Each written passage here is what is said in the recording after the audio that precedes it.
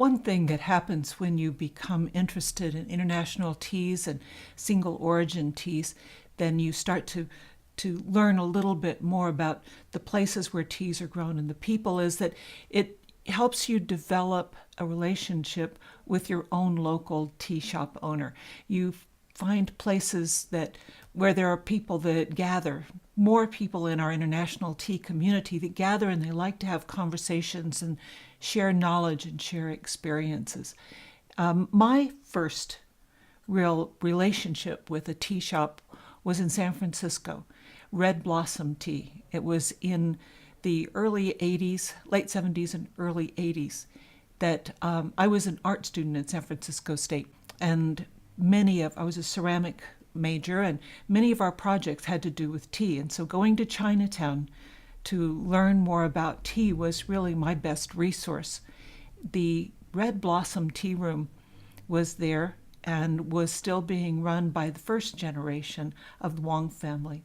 And I'm happy to have known both generations and shopped there. That was really the place where I first started learning about teas like we have today. This one from Red Blossom Tea. This is also a little departure from our all green teas that are in the global tea blend.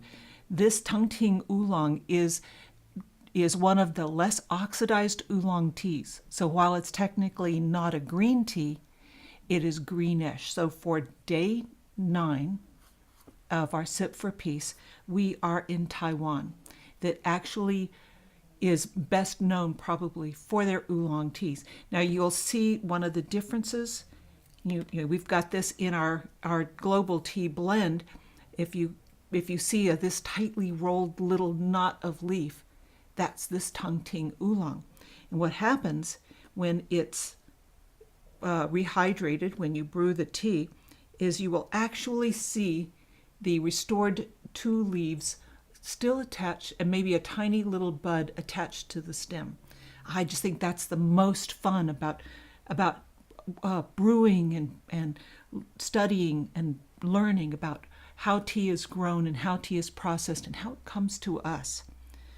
So the other thing about Taiwan that we mentioned in our feature is that in the way in which it's served, somehow even casually but also ceremonially, is a different cup is added to the set, which is called a sniffing cup.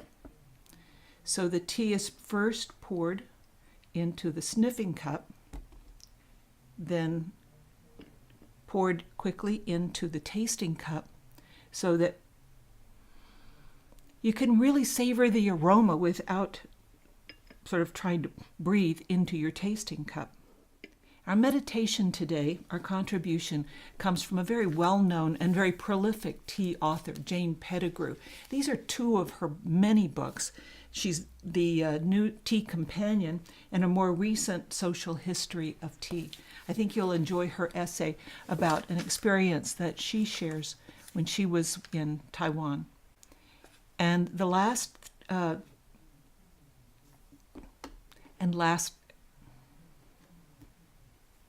And then to end with our question, I am going to once again refer to our book, What Does Peace Feel Like? Because the other questions that V. Radunsky asks are, and it's a group of children that helped write the book. What does peace smell like? What does peace taste like? What does peace smell like to you?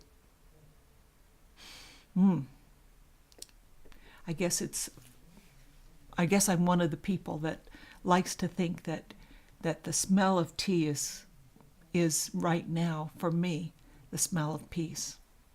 So I will share a cup with you.